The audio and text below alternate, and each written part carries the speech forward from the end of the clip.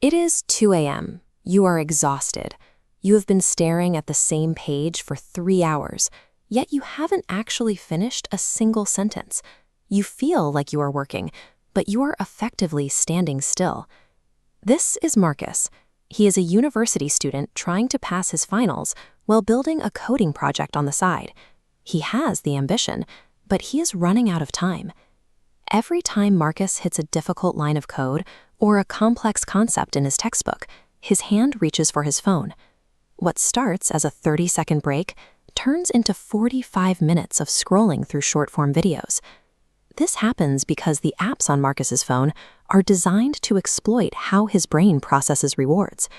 Every notification and infinite scroll is a digital stimulus that triggers a dopamine spike.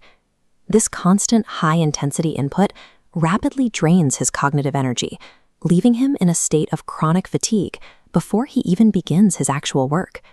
The result is inevitable.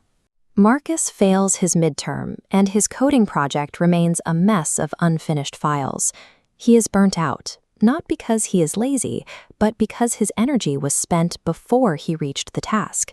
Trying to outwork this cycle with raw effort does not work. When your environment is designed to fragment your attention, you have to change the environment, not just your mindset.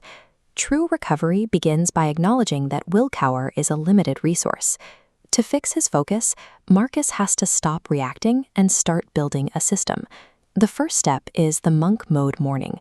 For the first 60 minutes of the day, Marcus allows 0 digital screens. No phone, no laptop, and absolutely no exceptions. This chart illustrates the neurological stakes. In the first scenario, a morning screen spike depletes deep focus capacity within 2 hours. But by staying screen-free, he maintains a steady plateau of attention, allowing him to tackle his hardest subjects while his mind is fresh. Instead of beginning his day responding to messages and news, Marcus starts in a state of proactive quiet. He regains control over what enters his mind first, ensuring the most capable version of his brain is applied to his work, rather than being wasted on a social media feed. The second strategy is the friction protocol.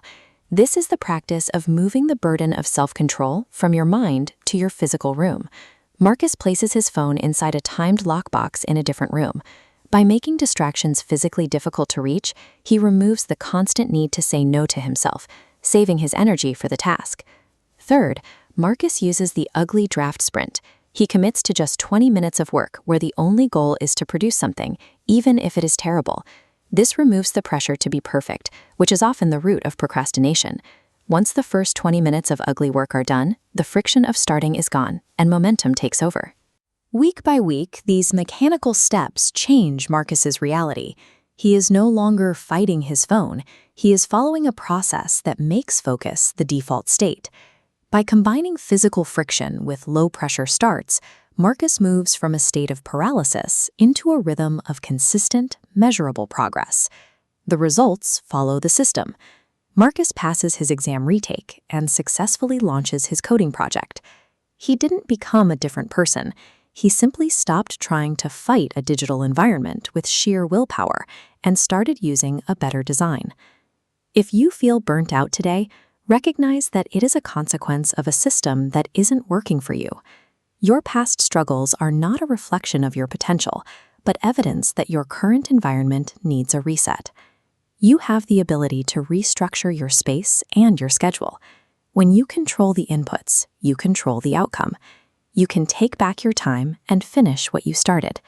Your focus determines your future. If you are ready to build a system that works for you, subscribe to Rise Mind Official and let's get started.